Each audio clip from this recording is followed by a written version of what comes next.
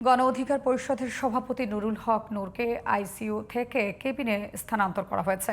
দুপুরে সাংবাদিকদের এ তথ্য জানিয়েছেন ঢাকা মেডিকেল কলেজ হাসপাতালের পরিচালক। এর আগে সকালে নূরকে দেখতে যান নৌ পরিবহন উপদেষ্টা এম সাখাওয়াত হোসেন। আরও জানাচ্ছেন মহসিন কবির। সোমবার সকালে ঢাকা মেডিকেল কলেজ হাসপাতালে চিকিৎসাধীন নুরুল হক নূরকে দেখতে আসেন নৌ পরিবহন উপদেষ্টা এম সাখাওয়াত হোসেন।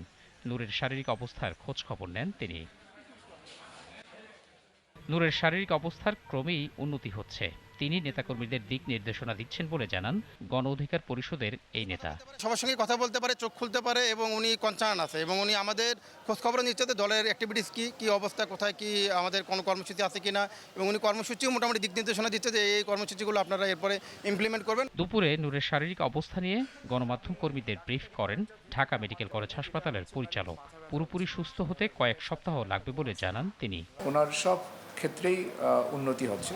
আপনি জানেন যে ওনার যে নাকের হাড়ে যেটা ফ্র্যাকচার হয়েছে বা ম্যাক্সিলা যে ফ্র্যাকচার হয়েছে, এটার জন্য আসলে একটু ওয়েট করতে হবে। 4 থেকে 6 সপ্তাহ সময় লাগবে এটা পুরোপুরি ভালো হতে। আর ওনার যে চোখে যে রক্ত জমাটা আছে, এটাও 1 থেকে 2 সপ্তাহ সময় লাগে, এগুলো রক্তটা রিজলভ হয়ে যাবে। আজকে সব ডাক্তাররা দেখেছেন এবং ওনারা মতামত দিয়েছেন তাকে আইসিইউ থেকে কেবিনে শিফট করার জন্য।